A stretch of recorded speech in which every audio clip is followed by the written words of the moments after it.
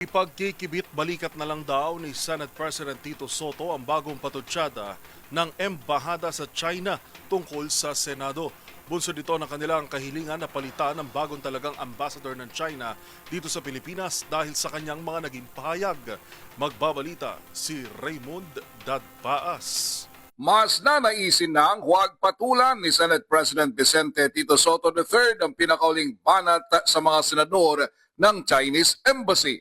Ito ay nang pabalang sagutin ng embahada ang kahilingan ng ilang senador na palitan ang kabago-bagong talagang Chinese ambassador sa Pilipinas. Ganon din ang sinabi ni Soto na mas gusto niyang maging annoying kaysa magsalita ng magsalita. Ayon kay Soto, mas makabuti sa kanya na huwag nang basahin ang statement ay dilabas ng Chinese Embassy para mas masaya ang kanyang buhay.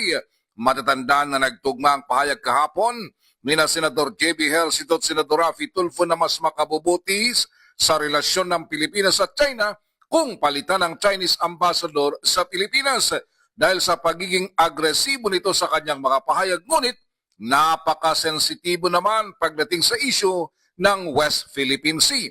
Sabi niya na Senador Helcito at Senador Tulfo, naninindigan lamang ang mga senador para sa ating mga kababayang mangingisda na malimit biktima ng pambubuli at harassment ng mga Chinese Coast Guard at militia sa West Philippine Sea.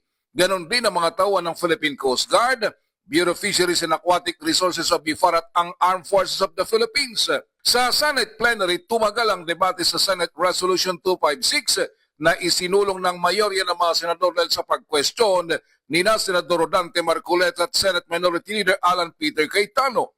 Nang gagalaiti ang mga ito sa ginawa ni Commodore J. Tariela ng Philippine Coast Guard na ginawa ng caricature si Chinese President Xi Jinping. Ngunit sila ay tahimik ng binobomba ng tubig at binabangga ang mga barko ng Pilipinas sa West Philippine Sea at isa pang tauhan ng Philippine Marines ang naputulan ng daliri. Para sa MBC TV Network News, ito si Raymond Dadpaas ng DCRH, una sa Pilipinas, una sa Pilipino.